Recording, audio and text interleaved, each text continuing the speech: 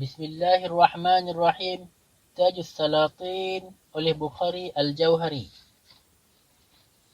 Pasal yang ke-23 itu pada menyatakan free wafa dan ahd. Ketahui oleh kamu bahawa erti wafa itu setia dan erti ahdu itu janji dan peri itu baik jua daripada segala manusia dan segala raja terbaik adanya. Kerana perbuatan kerajaan itu adalah peri segala orang yang bangsawan dan dermawan dan budiman dan beriman. Bermula dalam kitab Akhlaqul Muhsin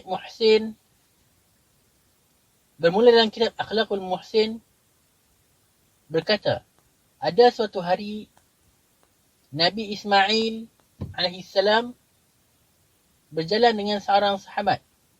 Maka orang itu hampir sampai ke rumahnya itu dan katanya, "Ya Ismail, engkau berhenti di sini supaya aku pergi ke rumah dan datang pula aku." Maka ia pun pergilah ke rumahnya. Maka tiba ada kesukaran dalam rumahnya itu. Maka ia pun masyghullah dengan pekerjaan itu dan lupalah ia akan janji dengan Nabi Ismail alaihissalam itu. Dan ada suatu pintu yang lain. Maka orang itu keluar daripada pintu itu dan pergi ia kerana suatu pekerjaan. Maka kemudian daripada 3 hari, pulanglah ia ke rumahnya. Maka terlihat Ismail ada duduk di sana juga. Maka katanya, "Ya Ismail, apa kerjamu yang duduk di sini?" Maka kata Nabi Ismail, "Daripada 3 hari yang hari ketiga, engkau berkata duduklah di sini sehingga aku datang. Maka aku pun duduklah menanti engkau datang." Maka kata orang itu, "Apabila aku datang kerana apa dengan tiada pergi?" Maka Ismail berkata, "Bukankah berjanji kamu dengan kami yang duduk di sini supaya datang engkau? Maka betapa aku pergi pula dan tiada menyampaikan janji itu. Jikalau engkau lagi belum datang ke sini jua, aku pun tiadalah pergi dari sini dan menanti jua aku." Adapun dalam kitab Zinatul Muluk berkata, ada seorang raja dan datang kesukaran padanya yang amat sukar. Maka ia berjanji, "Jikalau dimudahkan Allah Ta'ala kesukaranku ini, segala hartaku yang ada dalam perbendaharaan aku ini, ku berikan derma akan segala fakir dan miskin." Maka dimudahkan Allah Ta'ala kesukarannya itu. Maka raja pun memanggil bendahari dan segala menteri dan diperisai segala harta itu supaya diberikan derma akan segala fakir itu. Maka segala menteri tiada menyertai kepada pekerjaan itu dan berkata menterinya itu, "Pekerjaan ini kebinasaan kerajaan juga." Maka raja berkata, "Aku sudah berjanji demikian. Betapa dapat aku tiada menyampaikan janji itu?" Maka bertanyakan kepada segala pendeta masalah ini. Maka kata segala pendeta, "Tiada harus, kerana segala pekerjaan kerajaan itu bergantung dengan harta perbendaharaan. Jikalau hampalah perbendaharaan raja, nescaya binasalah negeri itu." Maka diamlah raja dan bercintalah ia yang teramat oleh kerana tidak dapat menyampaikan janji itu. Bermula ada suatu hari, raja duduk lihat seorang yang lain perinya daripada segala orang yang lalu di hadapannya, dan banyak budak-budak lari dari belakangnya berjalan. Maka raja bertanya, "Siapa orang itu?" Katanya, "Ia itu orang gila." Maka raja suruh panggil ia, dan ia pun datang dengan tertawa dan bermain-main di hadapan raja. Maka kata raja kepada orang gila itu, "Ada aku berjanji dengan Tuhanku demikian, yang segala hartaku ini hendak kuberikan pada segala fakir dan miskin dan segala orang, melarangkan aku daripada perbuatan itu. Apa katamu dan bicaramu dalam pekerjaan ini?" Maka kata orang gila itu, "Hai raja, tak kalau engkau berjanji dengan Tuhanmu demikian, adakah dalam hatimu datang pekerjaan kerajaan dan belanja akan pekerjaan itu atau tiadakah?" Maka kata raja itu, "Suatu pun tiada datang di dalam hatiku, melainkan akan segala fakir dan miskin jua dalam hatiku. Maka kata orang gila itu, hai raja, apabila demikian bicaramu, tak kala itu, maka haruslah diberikan harta akan segala fakir dan miskin jua. Maka kata seorang menteri, hai gila, kerana harta itu dalam perbenaran amat banyak dan belanja kerajaan itu terbanyak. Maka orang gila itu pun memalingkan mukanya daripada menteri itu dan berkata ia kepada raja itu, tak kala engkau berjanji dengan Tuhanmu itu, adakah sesuatu kerajaanmu atau tidakkah? Maka kata raja itu, ada suatu kerjaku dengan dia. Maka kata orang gila itu, hai raja, jika ada kerjamu serta Tuhanmu itu, maka belanjakan segala hartamu pada mereka itu kerana reda ia dan menyampaikan janji itu. Ia jua memberikan padamu segala harta itu dan ia jua dapat memberikan lebih daripada itu. Dan ia jua memeliharakan adamu dan menambahkan kerajaanmu dan daulatmu. Maka orang gila itu berkata demikian, maka tertawa ia, lalu pergi ia. Maka raja pun menangislah dengan sangat. Maka disuruhnya berikanlah segala hartanya itu kepada segala fakir miskin yang ada di dalam kerajaan itu. Bermula mengatakan kemudian daripada bertambah-tambah kerajaan itu dan perbenaran dengan harta dan masyhur namanya dengan segala kewajikan daripada menyampaikan janji itu. Bermula dalam kitab Zinatul Muluk berkata, suatu pekerjaan tiada memberi manfaat akan kerajaan terlebih daripada menyampaikan janji itu, dan suatu pekerjaan tiada memberi mudarat akan kerajaan terlebih daripada tiada menyampaikan janji itu. Adapun seorang raja bertanyakan daripada segala-gala orang yang hakim dan katanya, apa yang dimuliakan aku dalam kerajaan itu? Maka kata hakim, menyampaikan janji itu, kerana sekalian rakyat dan menteri dan hulu balang haraplah akan janji raja itu. Jika mereka itu tiada harap akan janji raja, suatu pun pekerjaan tiada jadi dengan sempurnanya. Hikayat, tak kala Sultan Ya'qub datang ke negeri Khurasan, hendak mengalahkan kota. Maka Sultan Mahmud itu dalam kota beberapa lama berperang lawan Sultan Ya'qub, tiada dapat mengalahkan kota itu. Maka segala menteri dari dalam kota itu beberapa kali menghantarkan surat kepada Sultan Ya'qub itu dalam akan pekerjaan mengalahkan kota.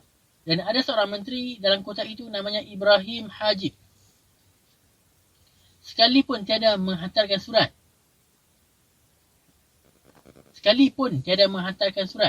Maka kemudian daripada beberapa lama dialahkan kota itu oleh Sultan Ya'qub dan Sultan pun duduk pada pangkat kerajaan. Maka datanglah segala orang yang ternama dalam kota itu menghadap Sultan Ya'qub, dan segala menteri yang di dalam kota itu menghantarkan surat kepada Sultan Ya'qub dan menunjukkan jalan tipu kerana mengalahkan kota itu.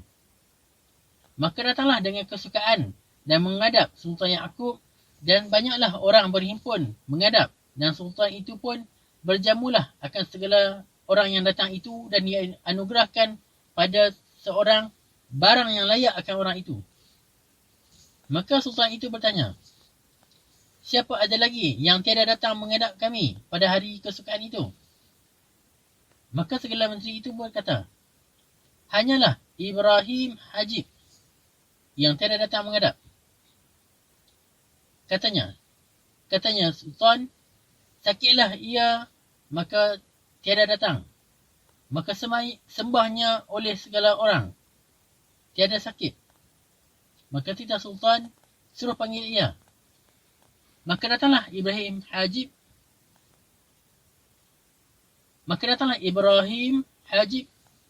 yang menjadi menteri Sultan Mahmud itu dan mengenal Sultan Ya'qub. Maka Sultan Ya'qub diam melihat pada mukanya adalah tanda kecintaan dan kedudukan nyatalah daripadanya. Maka Sultan Ya'qub berkata, hai Ibrahim Hajib, engkaukah menteri Sultan Mahmud yang ia harap padamu? Maka katanya, akulah menteri Sultan Mahmud itu. Lagi bertanyakan, hai Ibrahim Hajib, Segala menteri itu yang menghadap kami katanya Menteri Sultan Mahmud jua semuanya.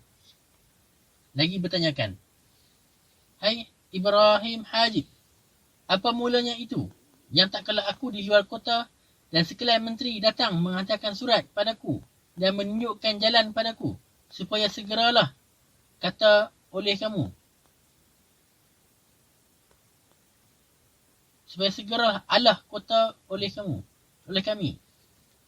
Maka betapa engkau diam dan tiada mengingatkan aku dan apa mulanya yang pada hari ini segala menteri dan segala orang kaya-kaya datang menghadap aku.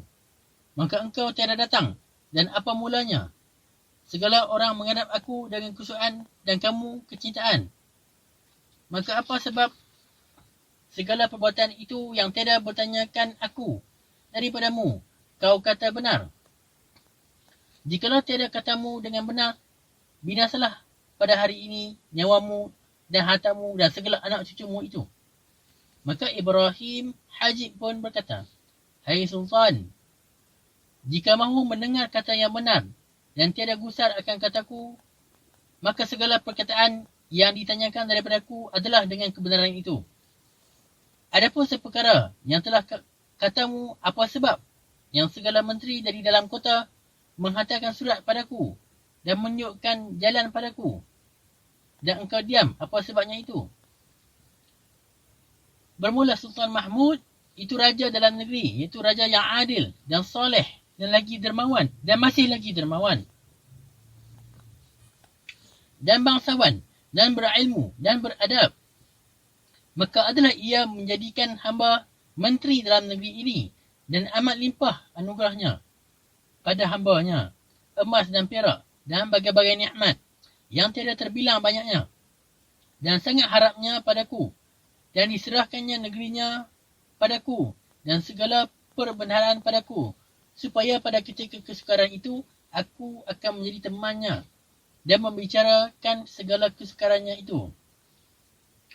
Maka betapa dapat aku dalam kesukaran itu membicarakan kebinasaan ia, dan menghantarkan surat padamu, dan akan menunjukkan jalan padamu dalam hal ini.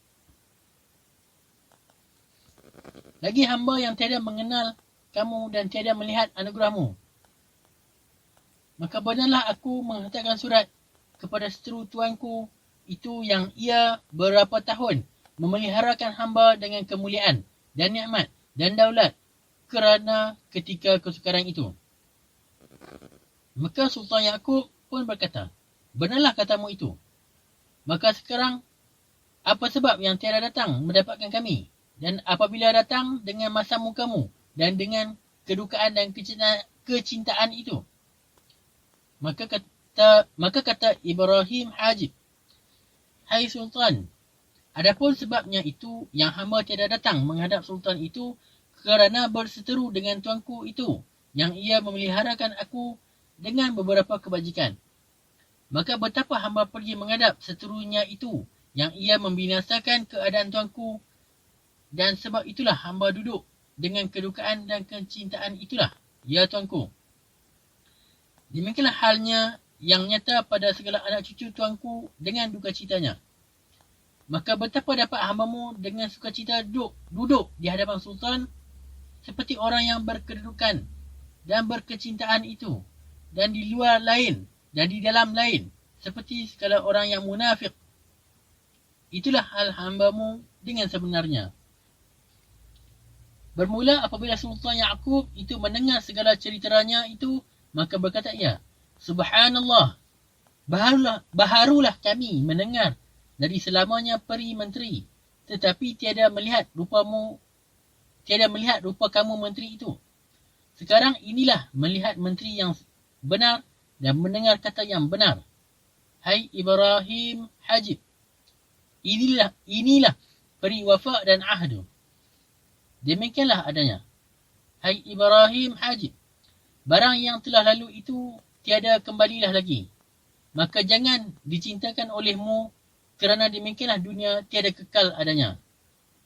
Adapun Sultan Yaqub itu teramat kurnianya atas Ibrahim Hajib itu, dan dijadikan ia menteri, dan diserahkan pula segala pekerjaan negeri itu pada tangan Ibrahim Hajib itu dan memanggil dia bapa. Segala menteri yang lain itu ia binasakan dia dengan bagai-bagai seksa, dan segala anak cucu kaum keluarga segala menteri itu dibinasakan pada antara negeri itu, dan berseru-seru mengatakan, inilah hal orang yang tidak teguh setianya dan yang berbuat khianat pada tuannya itu. Maka mereka itulah yang tidak dapat dibilangkan manusia pada antara segala manusia itu. Yang mengetahui wafak itulah dengan ahli sufi juga nyata sufi itu dalam wafak juga. Nyata bahawa yang tiada wafaknya itu bukan manusia, iaitu bukan orang namanya.